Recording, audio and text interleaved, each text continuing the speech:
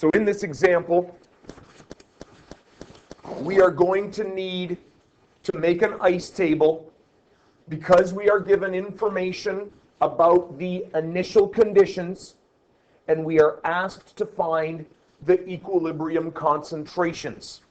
Notice that there it says concentrations. We're looking for more than one. And again, like I mentioned earlier on, if I'm looking for more than one equilibrium concentration, I have to use the ice table. All right, so I'll set that up, and some of you are ahead of me already, and that's great. So I've got 2HI H2 plus I2. I drop the gases off if they're all gases. I write down my ice.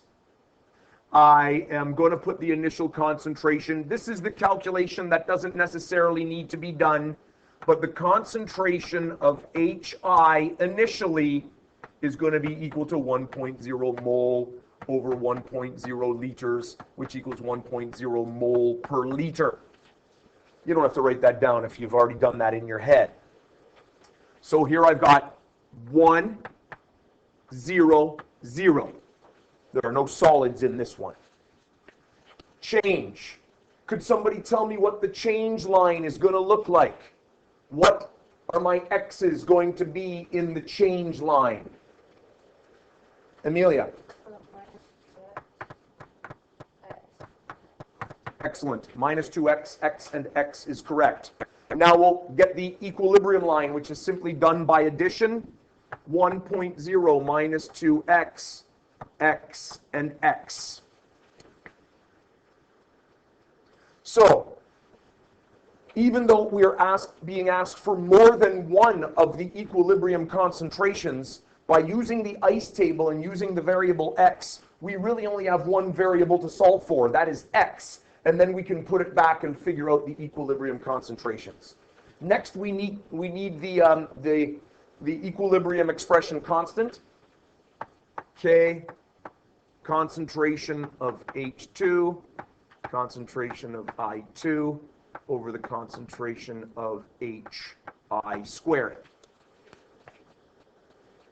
Now we are ready to substitute our equilibrium values from the ice table into that.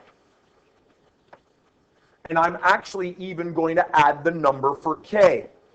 The number for K is 0.0184. H2 is X. I2 is X. And the HI is 1.0 times, oops, not times, what am I doing? 1.0 minus 2X. I've got a mess going right in my recorder. Gotta love that. Gotta fix it. Okay, we'll put that back.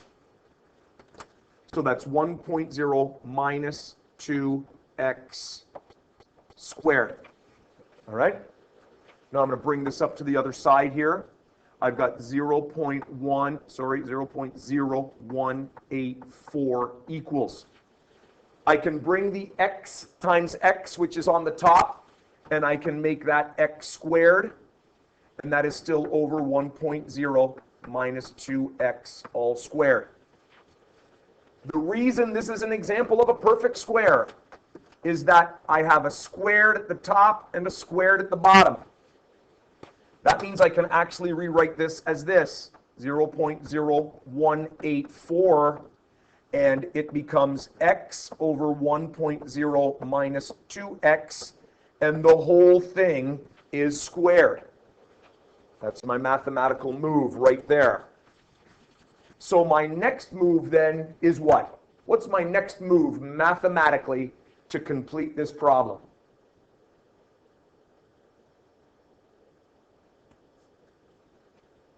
What can I do to both sides?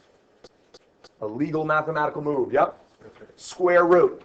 By taking the square root of both sides, I get rid of the square, and I now have just x's. I'm going to go to the next slide to complete this. And I got to look at it to memorize it. I now am going to have what? The square root of 0.0184. I don't know what that is mathematically. I'll take that number in a moment. And now that's just x over 1.0 minus 2x. To complete the math, I'm going to bring that bracket on the bottom up top. I'll keep the root for now, 0.0184, and that's going to be times 1.0 minus 2x, and that's equal to x. And here's where your power of algebra comes in. You've got to be able to do the math. If someone could calculate for me the square root of that number, I will take that right now. I just want the square root of the k. What do you got? 0.1356. Again, that's times 1 minus 2x equals x. Now I'm going to distribute that inside the brackets. It's going to be that new number times 1, and then that new number times negative 2x. So times 1 is easy. 0.1356 minus, could somebody multiply that number by 2 for me?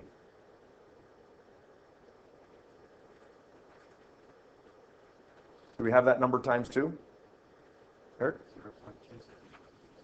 0.2712x equals x. Now I'm bringing the x's together on the same side by adding this over here.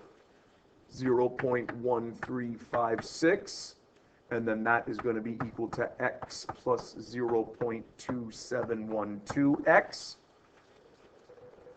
And that's essentially 1x times 0.2712x. That's equal to 1.2712x.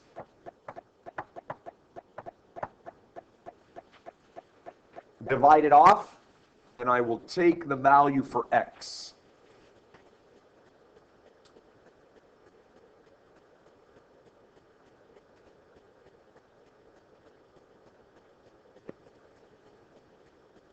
.1356 divided by 1.2712. What do we have there for a number? Somebody got one? Matt, you got a number? No, you don't want to calculate that out for me? A little division, recording, and everything. It's going to go up on. It's going to go up on the internet. That's Matt Dinez. Doesn't have an answer. Somebody have an answer for that calculation? What do you got, Eric? What are you looking at? 0.1067. 67. All right, and we'll round back in a moment. Do we like that number? All right, now let's finish it off by putting it back into all of the concentrations, right? And so the products were both X and X, wasn't it? And I can't remember what the products are. Is it H and H2 and I2? Right? So the concentration of H2 and the concentration of I2 are equal to X and are therefore equal to 0.11 moles per liter. I rounded that to 2 significant digits, right? That's X. And the concentration then of HI is equal to, I think if I recall, 1.0 minus 2X. Does that make sense? Is that what it was? So I'll substitute that into there.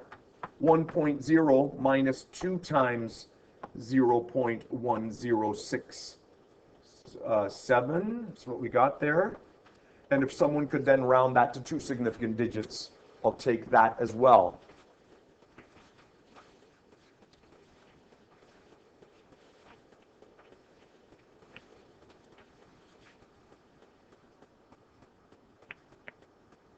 Somebody got a number there? Matt's going to redeem himself. What do you have there, Matt? It's this number here, it's X. 0.7866. We're going to 2 significant digits. 0.79 moles per liter. Okay.